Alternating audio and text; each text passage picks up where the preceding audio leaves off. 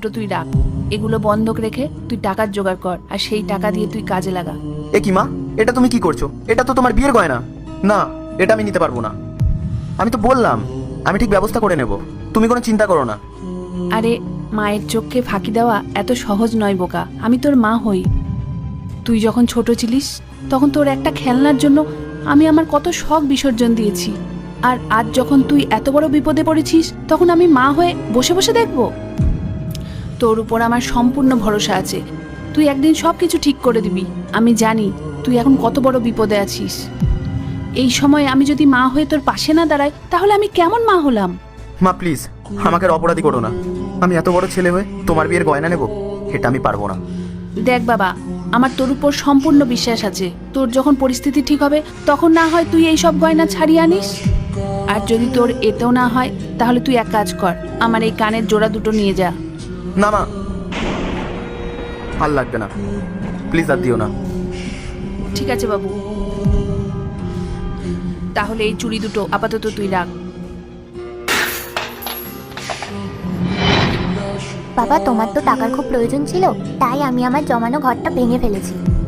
দেখো এখানে কতগুলো টাকা আছে, এগুলো তুমি নিয়ে নাও। মা আমার, আমি ভাবতে পারিনি তুই এত বড় হয়ে গেছিস। তুই তোর বাবার কষ্টটা বুঝতে পেরেছিস। থ্যাংক ইউ মা।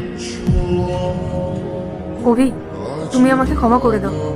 মা নিজের সেই সম্বলটুকু তোমায় দিয়ে দিল, আমাদের এই ছোট্ট মেয়ে ও নিজের স্বাদের ঘরটা পর্যন্ত ভেঙে দিল, আর আমি নিজের সামান্য কিছু জমানো টাকার জন্য এত অহংকার করলাম। কত বোকা আমি। আচ্ছা, তোমরা একটু দাঁড়াও, আমি আসছি।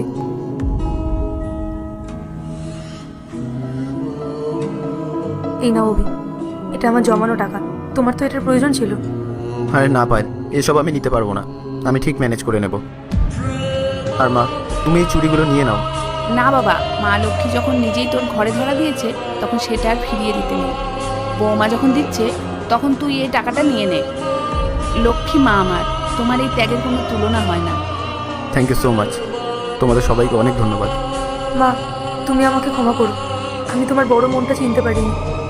আর Ritika, thank you so much, তুই আজকে আমার চোখ খুলে দিয়েছিস। আচ্ছা, আমার অফিসে যেতে লেট হয়ে যাচ্ছে, আমি আসি। ঠিক আছে, সাবধানে যেও।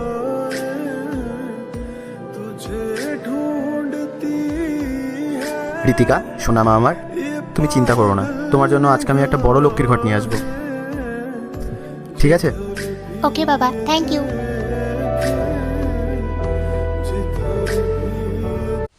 পার্ট 2 দেখতে সাবস্ক্রাইব করো ভেলকু 78M।